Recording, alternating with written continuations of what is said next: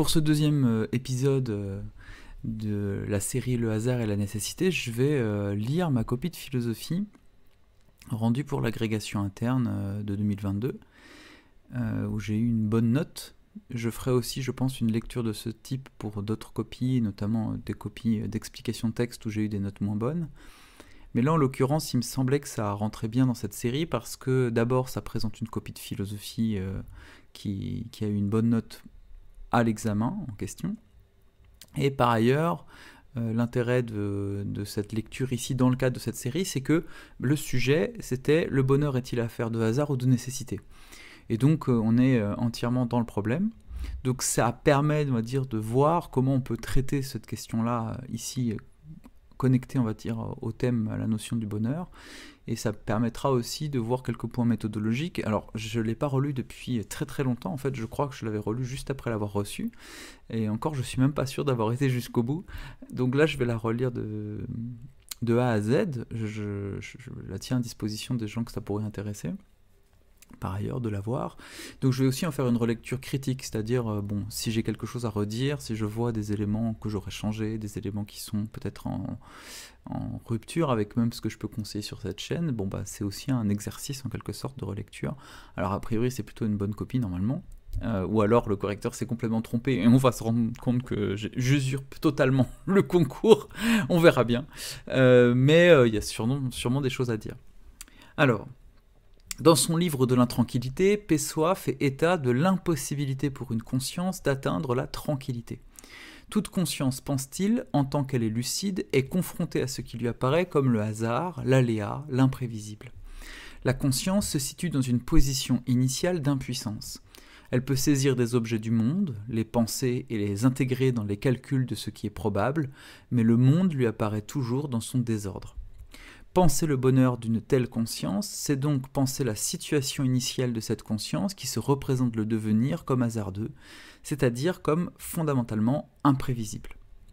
Le bonheur, cet état idéal de stabilité d'une conscience satisfaite dans son être, aurait donc bien affaire de hasard, en ce qu'il faudrait chercher à être heureux dans le hasard et malgré lui. Le bonheur désignerait donc bien cette bonne fortune qui offre au sujet la possibilité un temps de se réaliser. Toutefois, le problème d'une telle conception du bonheur comme simple bonne fortune est qu'elle risque de confondre la joie et le bonheur.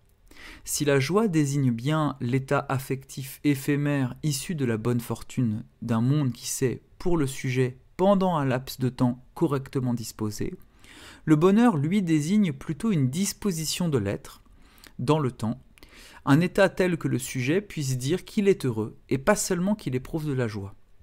Dans ces conditions, l'impermanence du hasard, de l'aléa, entre en conflit avec la permanence de la disposition heureuse. Or, nous l'avons dit, le hasard est une perspective de la position initiale de la conscience face au devenir.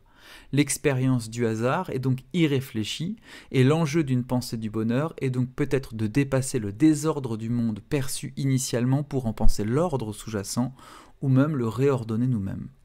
En effet, l'obstacle au bonheur, comme disposition durable, est justement la souffrance, issue du chaos des expériences dans un devenir désordonné. Le bonheur aurait alors affaire à la nécessité, c'est-à-dire à la découverte de lois en soi et dans le monde. Il ne serait plus question d'être les proies passives d'un bonheur-joie qui nous tombe dessus, mais de prendre en charge la nécessité du monde pour rendre possible un bonheur, pensé alors comme disposition durable de soi dans le temps. Cependant, l'hypothétique découverte par la conscience de la nécessité des lois peut apparaître, non seulement inutile au regard de notre impuissance factuelle, mais aussi comme la production de l'illusion consolante d'un ordre justifiant notre existence. Nous devons donc nous demander si le bonheur est affaire de hasard ou de nécessité. Faut-il, pour être heureux, accepter de n'avoir affaire qu'aux circonstances hasardeuses, ou doit-on s'exercer à découvrir une nécessité supérieure qui fasse sens et rende possible notre bonheur ? Pour répondre à cette question, nous devrons d'abord revenir sur le sens de la situation d'une conscience face au hasard pour examiner la pertinence du bonheur comme bonne fortune. Ensuite, nous considérerons l'hypothèse d'une conscience rendue heureuse par la découverte de la nécessité du monde et d'elle-même.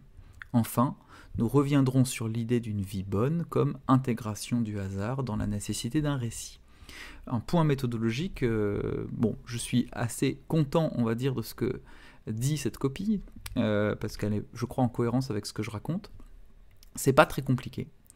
Je n'amène pas d'éléments de connaissance, au sens où je ne vais pas faire intervenir de philosophes, de doctrines philosophiques clairement énoncées. Ce que je fais, c'est que je me contente de définitions relativement simples, voire simplistes, c'est-à-dire de définitions naïves, de définitions un peu premières, que je fais jouer entre elles, et j'ordonne un problème en confrontant ce problème à deux hypothèses qui tiennent l'une et l'autre, mais qui s'opposent. Et donc de là naît un paradoxe qui permet la formulation de la question. Donc je crois que formellement, c'est pas très compliqué en quelque sorte ce que je propose là. C'est pas très spectaculaire non plus par rapport à des copies que j'ai déjà lues qui ont aussi souvent des meilleures notes que ce que j'ai eu là. J'ai eu 15,5. Les copies qu'on trouve en ligne qui ont eu 18 par exemple ou 19 à l'agrégation, souvent ont aussi un côté spectaculaire, quelque chose de très... une véritable voilà, aisance, une beauté aussi dans l'écriture, et un art de manipuler les concepts, etc., qui est assez fascinant et très beau à voir, mais qui est aussi très difficile à mener dans un temps limité. Là, je crois que c'est accessible, il me semble, et donc voilà, je pense que ça prouve quelque chose auquel je crois beaucoup et qui, à mon avis, il y en a une preuve au moins là, je pense que j'ai d'autres copies qui prouvent aussi un peu cet élément-là, c'est que dans une copie même de CAPES, même d'agrégation, on ne vous demande pas en introduction forcément d'être spectaculaire, on vous demande d'être très clair. Je crois que la qualité pour l'instant, alors vous me direz en commentaire si vous êtes d'accord, c'est que c'est relativement clair. J'espère que ça va le rester, mais c'est la clarté que je vise moi dans une copie. Il faut que ça soit limpide, il faut que ce soit entre guillemets facile à suivre, et ensuite le but c'est de monter en complexité tout en conservant cette dimension facile à suivre. Alors sur le fond, la question de la nécessité et la confrontation entre nécessité et hasard ici, elle serait évidemment à thématiser plus complètement. La question du hasard, la définition du hasard est hautement problématique. Je pense que c'est aussi ça que j'avais à l'esprit en rédigeant. On va voir ce que j'en fais ensuite, j'ai oublié. L'idée de hasard est le fruit d'une conscience dont l'acte de projection dans le monde est paradoxal. Prendre conscience, c'est d'abord être capable, par un acte de l'esprit, de prendre connaissance du monde et de soi. Mais, en même temps, cette prise de conscience est tout en même temps conscience des limites de ce saisissement. Face au temps, la conscience est donc capable de saisir la réalité du passage du temps, du flux temporel, mais aussi de conscientiser les limites de la conscience du temps. Je ne sais pas ce qui va advenir. Le hasard est donc le nom donné à cette imprévisibilité, qu'elle soit résultat d'une insuffisance effective de ma conscience ou nature même de la réalité temporelle. Dans Être et temps, Heidegger parle de l'événement comme ce qui, dans le devenir, ne pouvait radicalement pas être prévu et surgit dans le devenir comme la marque d'une impuissance fondamentale de la conscience quant à la détermination de ce qui va être. L'événement est donc conscience dans le temps de son imprévisibilité. Or, mon expérience du temps est fondamentalement événementielle, en ce que je ne peux, comme conscience, exister autrement qu'en me projetant dans un lendemain, dans un tout à l'heure que je veux prévoir, mais dont je sais le caractère imprévisible. Dans ces conditions, un bonheur pensé sous l'ordre du carpe diem, dans son interprétation vulgaire, est impossible, puisque ma conscience ne peut être, par sa nature même, entièrement au présent. C'est le sens de la misère que Pascal développe dans ses pensées, comme gap entre ma volonté rationnelle et ma capacité effective de saisir ce qui est et ce qui va être. Nous pourrions dire qu'il y a, pour la conscience, une nécessité existentielle du hasard, en ce que la nature même de l'existence implique un vécu temporel déficitaire quant à toute anticipation. Donc, si exister, c'est prendre en charge une situation instable où le hasard est la condition, alors le bonheur, pensé comme situation idéale de cette conscience, ne pourrait se définir que comme bonheur, c'est-à-dire bonne fortune. La bonne fortune est donc la chance, c'est-à-dire une circonstance temporelle qu'une conscience juge heureuse. Si nous définissons le bonheur comme état idéal de stabilité d'une conscience entièrement satisfaite, alors la bonne heure est celle où la conscience cesse de se projeter dans le devenir, mais se satisfait de son être. Le bonheur ainsi défini dépend de la satisfaction des fins espérées par une conscience, c'est-à-dire la satisfaction du désir. Or, la nature imprévisible du temps soumet au hasard la réalisation du désir. Pour arrêter de faire l'épreuve insatisfaisante de la projection vers le désir, il faudrait avoir la chance que le désordre du monde s'aligne sur nos désirs et les réalise par hasard. Un tel fait s'éprouverait en fait souvent par l'expérience du revers du bonheur, le malheur. Je peux déployer des efforts pour atteindre une fin déterminée. Si le malheur s'abat sur moi, me tombe dessus, si les circonstances hasardeuses vont contre mon désir, alors je ne pourrai rien y faire.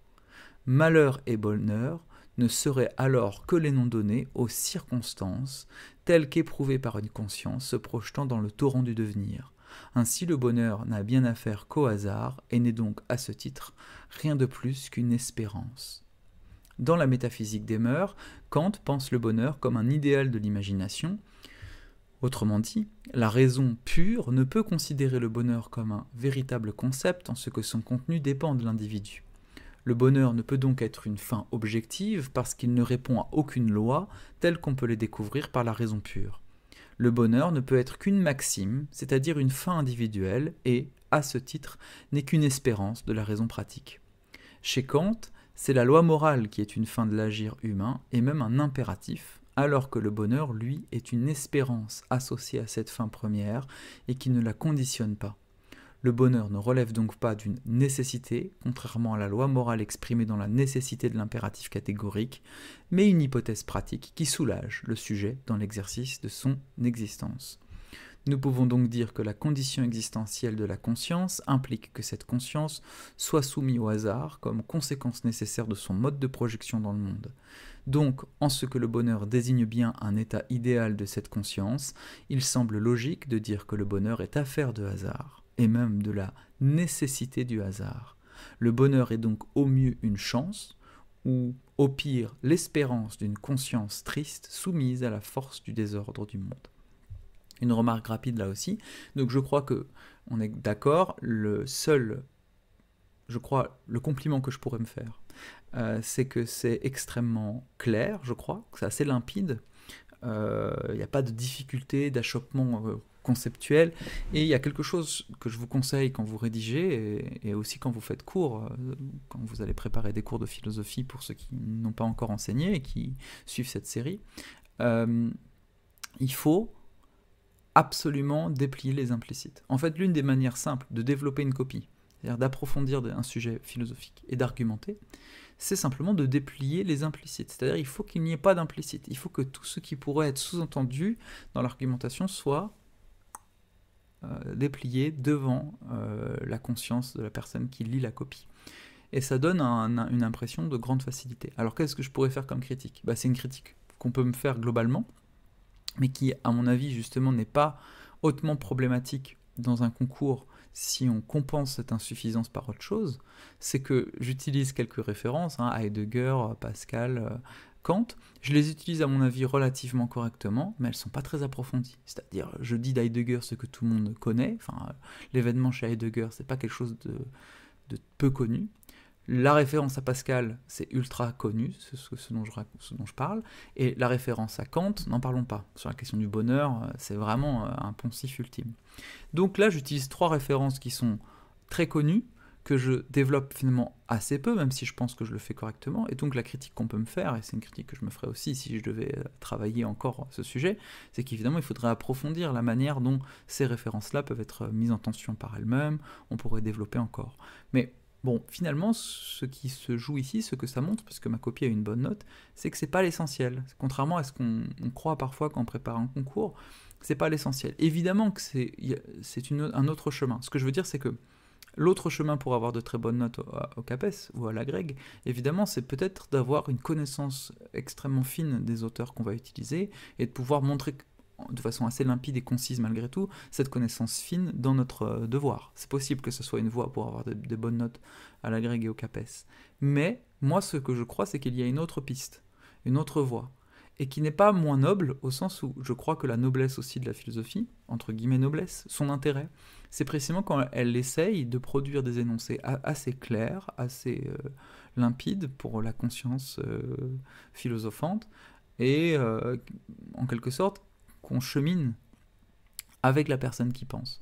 Et je crois que c'est ce qui se passe ici. Vous me direz là encore une fois si je suis très heureux si vous me critiquez beaucoup et qu'on en discute, parce que je n'ai pas non plus spécialement envie de défendre cette copie, je m'en moque un peu en quelque sorte. Donc si vous voyez vous des points, même méthodologiques, qui vous semblent être améliorables, ou voilà, ça m'intéresse. Donc après cette première partie, je fais une transition. Comme je l'ai déjà dit dans des éléments de méthode, mais j'en reparlerai sur cette chaîne, ma transition, je la fais toujours en indépendant. Vous voyez, je saute une ligne, et je sauterai une ligne ici avant de passer à la deuxième partie, donc j'en fais un paragraphe autonome. Ça, c'est très important pour moi. Ça m'a forcé, cette méthode que j'ai adoptée, ça m'a forcé à faire de la transition un véritable moment problématique, et pas juste une sorte de parenthèse, vous voyez, un truc dont on se moque un peu et qu'on met en fin de première partie rapidement avec la conclusion. Ça m'oblige à la développer, et donc ça m'oblige à, encore une fois, être très clair. C'est-à-dire justifier pourquoi je m'arrête pas là, parce qu'a priori là j'ai donné une réponse. Toutefois, une telle définition du bonheur ne se fonde-t-elle pas sur une double confusion? D'abord, celle concernant le sens du hasard. En effet, dire que le monde est soumis au hasard, c'est tirer d'une expérience initiale du temps, par la conscience, la conséquence d'une objectivité indépassable du hasard. N'est-ce pas alors oublier que, précisément, l'expérience temporelle du hasard, comme événement, est initiale, c'est-à-dire point de départ de la conscience telle qu'elle fait l'épreuve du temps et du monde. De là, tirer d'une telle confusion l'idée que le bonheur n'est que l'état chanceux d'une conscience par hasard satisfaite dans ses appétits, c'est confondre l'état affectif du bonheur et le bonheur lui-même. Ne faut-il pas considérer, à l'inverse, que cet état affectif heureux est conditionné par un dépassement de la disposition initiale de la conscience face au hasard, et que ce dépassement est justement ce que nous appelons bonheur? Donc on voit qu'il y a un problème. La conscience n'est pas que la projection immédiate dans le monde. Elle est aussi réflexivité, et il ne faut donc pas rester au niveau de la première impression du monde comme hasardeux. De fait, en tant qu'elle est réfléchie, la conscience est dotée de raison. La raison désigne la faculté par laquelle une conscience peut articuler logiquement des données immédiates de sa conscience pour en tirer des propositions, voire des lois. Nous retrouvons là le sens du terme logos, platonicien, comme activité de l'esprit par laquelle le sujet met en ordre le chaos. Dans le Timée, Platon considère ainsi que la raison, logos, permet d'organiser la matière informe, la chora, et de lui donner sens, de l'informer. L'activité rationnelle est donc ce par quoi un sujet donne sens à la donnée chaotique dont il fait l'expérience. Dire donc que la conscience immédiate a d'abord affaire au chaos du réel ne signifie pas que la conscience réflexive en reste là. Le hasard est certes le désordre initial depuis lequel une conscience fait l'expérience du monde, mais cela ne signifie pas qu'elle ne peut pas, par la raison, dépasser cette perspective. Face au hasard des circonstances, une conscience rationnelle peut donc chercher à découvrir l'ordre sous-jacent des événements et donc dépasser la souffrance issue de l'impuissance face aux événements. Le bonheur a donc bien affaire au hasard, mais pas au sens d'une soumission, mais comme point de départ d'une activité. Donc là, je rethématise le affaire A. La raison permet, par dévoilement des relations logiques entre les choses et les événements, de dégager ce qu'il y a de nécessaire dans l'être des choses. Nécessaire désigne ici, par opposition au hasard, pensé comme contingence, comme ce qui pourrait ne pas être, ce qui ne peut être autrement. Or, il faut ici résoudre un paradoxe. En quoi la raison, en découvrant par réflexivité la nécessité dissimulée sous l'apparence de la contingence, pourrait-elle me rendre heureux? En quoi comprendre que ce que je croyais être une mauvaise fortune est une nécessité du monde me rendra moins malheureux? Pire, ne faut-il pas être misologue pour éviter que ce que nous pensons être une exceptionnelle bonne fortune soit ramené par la raison à la logique désaffectée des nécessités du monde? N'y a-t-il pas aussi un bonheur dans la croyance de l'événement du bonheur comme heureux hasard? Dans le monde comme volonté et représentation, Schopenhauer considère au contraire que la raison peut diminuer la souffrance à défaut de nous rendre heureux. Le malheur est, pour lui, la condition positive de notre existence en raison de l'expression en nous du principe métaphysique de la volonté sous la forme de représentation par la conscience, de fin à poursuivre alors même que la volonté est infinie. Dans ces conditions, nous éprouvons le malheur comme un scandale métaphysique tel que notre conscience cherche à se projeter par son désir vers des fins locales qui ne peuvent jamais résoudre le désir lui-même comme tension indéfinie. Le bonheur est donc, pour lui, une illusion de la représentation. Toutefois, la raison peut, en comprenant le principe de la volonté, diminuer quelque peu notre misère. En effet, notre souffrance est d'autant plus grande qu'elle nous semble être la nôtre. Nous souffrons donc, mais nous souffrons plus encore de souffrir en tant qu'individu. Quel rôle peut alors avoir la raison ? En comprenant que ma souffrance est la conséquence, dans l'ordre de la représentation, du principe universel et absolu de la volonté, je comprends que cette souffrance n'est pas seulement la mienne, et en la désindividuant, je la diminue. Ici, la réduction du malheur, si ce n'est le bonheur, a affaire avec la compréhension de la nécessité du mal. Une telle perspective pessimiste n'est toutefois pas entièrement satisfaisante et nous pourrions peut-être lui reprocher de fonder ontologiquement le malheur, alors que celui-ci n'est peut-être qu'une mauvaise interprétation. Ainsi, dans la sagesse stoïcienne, le bonheur pensé comme ataraxie passe par un tri rationnel entre ce qui dépend de nous et ce qui n'en dépend pas. Or, si cette délimitation se heurte d'abord à la découverte de la nécessité du cosmos, régi par la fatalité, cela conduit ensuite à la compréhension de notre puissance dans l'ordre de nos représentations. Nous sommes capables de modifier nos représentations et la compréhension du monde comme nécessité, comme ne pouvant être autrement, ne nous pousse pas à la déploration face au malheur qui nous tombe dessus, mais à l'exercice d'une puissance intérieure par laquelle nous pouvons entrer en harmonie avec la nécessité. Le bonheur est donc tranquillité d'une conscience, en paix avec le monde, et il a donc affaire avec une nécessité qui n'entre pas en conflit, mais est en harmonie avec moi. Le bonheur passe donc par l'exercice de son propre pouvoir, de sa propre nécessité. Si la conscience peut, par son activité rationnelle, se saisir de ce qui constitue la logique fondamentale du monde, elle doit pouvoir, par autosaisissement, comprendre ce qui est sa propre logique, ce pourquoi elle est faite. De fait, la situation initiale d'une conscience est non seulement confrontation au hasard du monde, mais plus encore au hasard de sa propre existence dans le monde. Or, si elle en reste là, elle est vouée à la négation et au malheur, puisque l'expérience de la souffrance est épreuve d'une insatisfaction, c'est-à-dire d'un manque d'être, d'une absence. De ce point de vue, un bonheur pensé comme nous le faisions au départ comme état affectif de satisfaction est éminemment paradoxal, car la satisfaction est toujours tributaire d'autre chose. Mais si je suis satisfait d'autre chose, alors je ne peux être heureux, puisque le bonheur est un état idéal d'être, et que je suis dans le cas de la satisfaction d'autre chose, toujours pour autre chose que pour moi. Comment faire alors pour dépasser une telle difficulté ? Au fond, le bonheur, s'il désigne bien chez le sujet un état idéal d'être tel qu'il ne veut être autre chose que ce qu'il est tributaire de la détermination de ce que je suis et de ce pourquoi je suis fait. Le bonheur a donc affaire à ma nécessité. Dans l'Éthique à Nicomaque, Aristote nomme à la suite de Platon ce pourquoi nous sommes faits, notre ergone.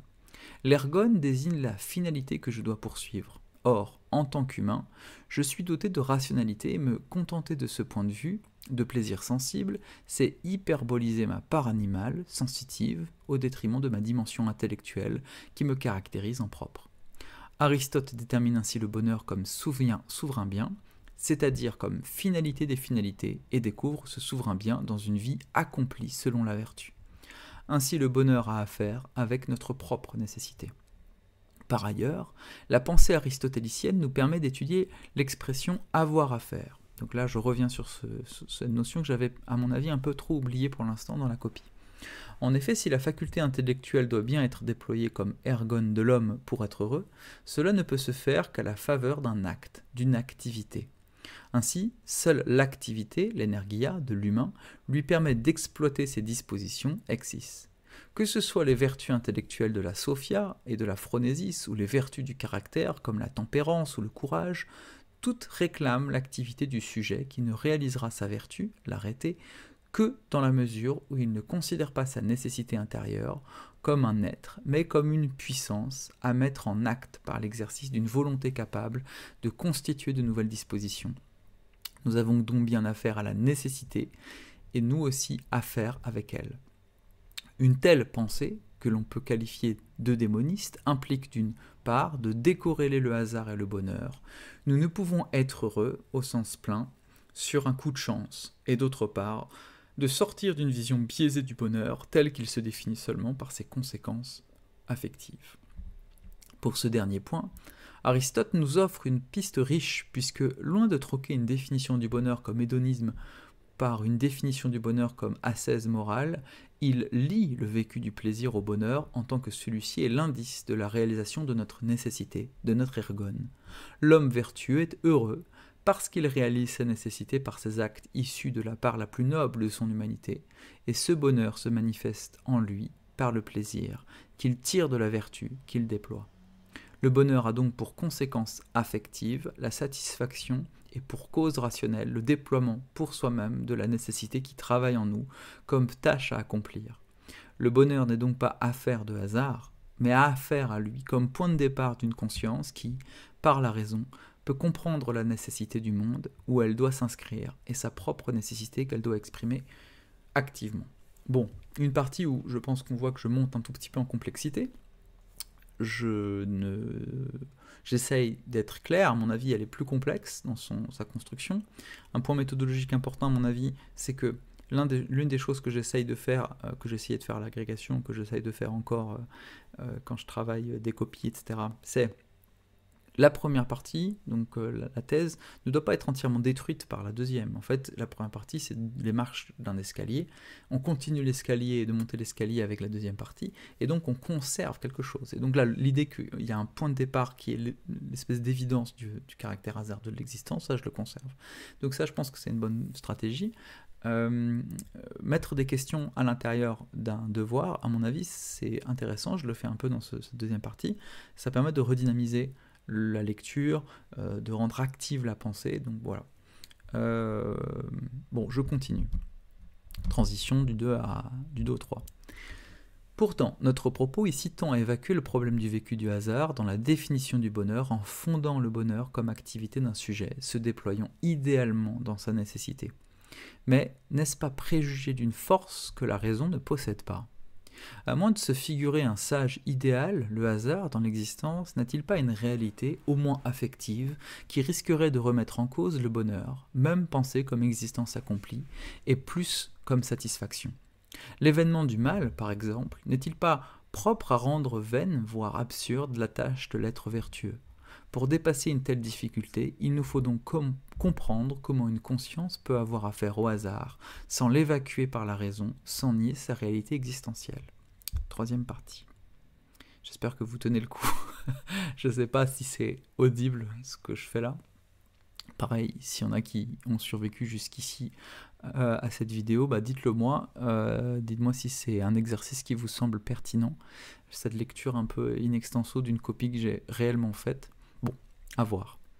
Notre propos a consisté jusqu'ici à opposer au problème du hasard dans la réalisation du bonheur l'existence de la raison comme faculté organisatrice et propre à découvrir une nécessité depuis laquelle le bonheur est pensable. Pour éviter d'être ballotté par les circonstances, c'est donc la maîtrise de soi qui serait la solution. Or, une telle maîtrise est paradoxale. L'exercice rationnel n'empêche pas le hasard de frapper à la porte du réel. L'objectif de la maîtrise rationnelle est donc de limiter voire annuler la désunion induite par l'émergence de circonstances hasardeuses dans le devenir existentiel. Être heureux serait donc se réaliser pleinement en résistant aux forces hostiles du hasard qui, sans notre maîtrise, détruiraient la possibilité même de notre stabilité. Cependant, le paradoxe d'une telle maîtrise, pensée dans son achèvement, est qu'elle semble justement nécessiter un divorce d'avec soi-même. En effet, la souffrance éprouvée par la rencontre d'un hasard malheureux n'est pas extérieure à moi-même, mais partie prenante de ce que je suis. C'est d'ailleurs à cette condition que la morale stoïcienne estime pouvoir l'annuler par transformation de nos représentations. Mais vouloir bannir la souffrance liée à ce qui ne dépend pas de moi, n'est-ce pas vouloir bannir une partie de moi-même ? Je me réaliserai donc pleinement dans ma nécessité, dans la mesure où je me défausserai d'une partie de moi-même.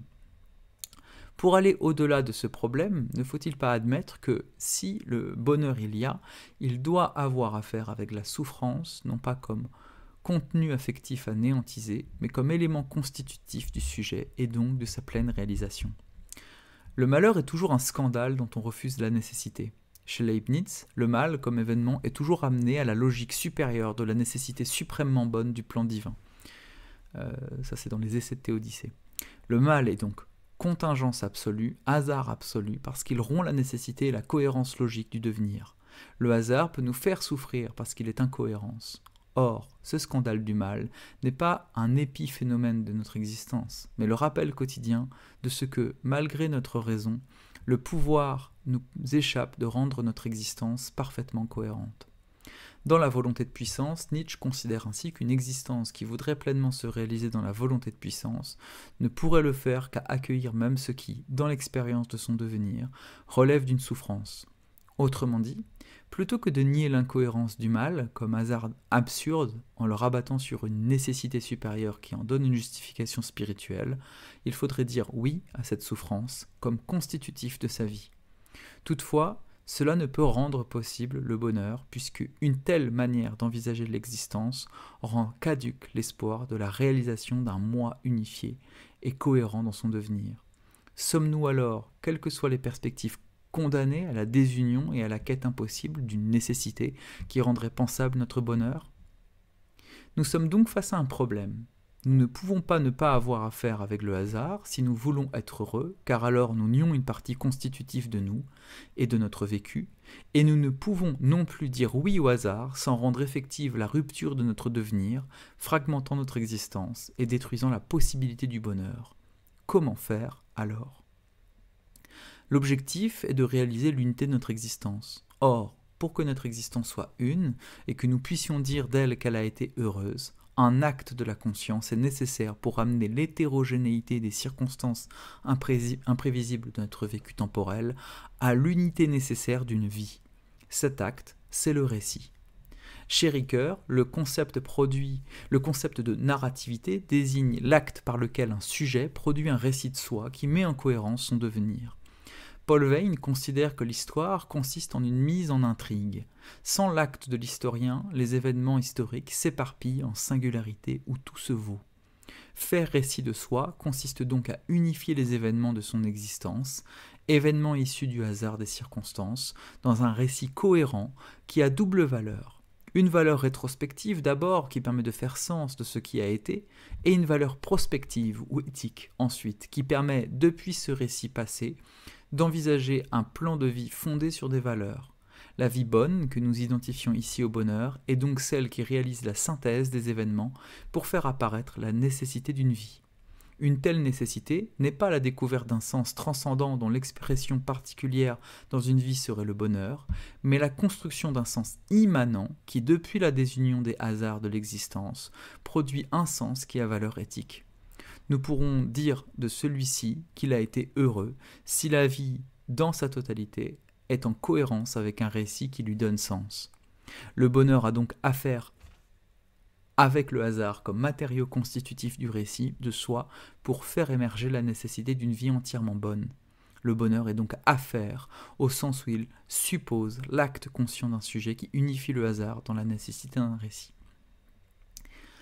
Conclusion. Après avoir pensé le hasard comme condition initiale de la conscience, nous avons réfléchi à l'activité de la raison comme acte de cette conscience propre à mener au bonheur, en révélant la nécessité du monde et de soi.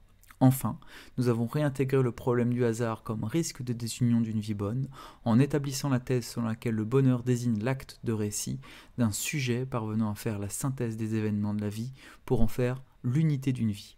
Le bonheur est donc affaire de hasard, dans la mesure où le hasard est le matériau initial de la vie, et de nécessité, en ce que la construction de sa propre nécessité est la condition du bonheur. Bon, voilà pour cet exercice étrange. Mon sentiment général à la fin de la lecture, oui, c'est pas mal.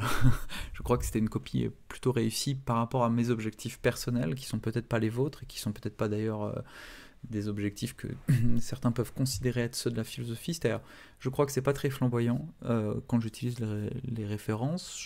Je pense qu'Aristote, Ricoeur et tout ça arrivent de manière pertinente. Je crois que la qualité essentielle, c'est que c'est relativement clair. Donc, bon, c'est clair, c'est dialectique, je pense. Il y a une vraie progression. On peut toujours faire des critiques, il y aurait des critiques à faire. À mon avis, paradoxalement, la notion de hasard et de nécessité aurait pu être un peu plus... devrait être, si j'écrivais un bouquin, évidemment, plus thématisé, plus fouillé. Je Je pense que mon usage des références, encore une fois, est parfois un petit peu lointain, enfin, et qui pourrait être approfondi, mais bon, voilà. Vous me direz ce que vous en pensez, sur le fond comme sur la forme, et je vous laisse là-dessus, parce que je pense que c'est déjà une vidéo bien trop longue. Merci beaucoup.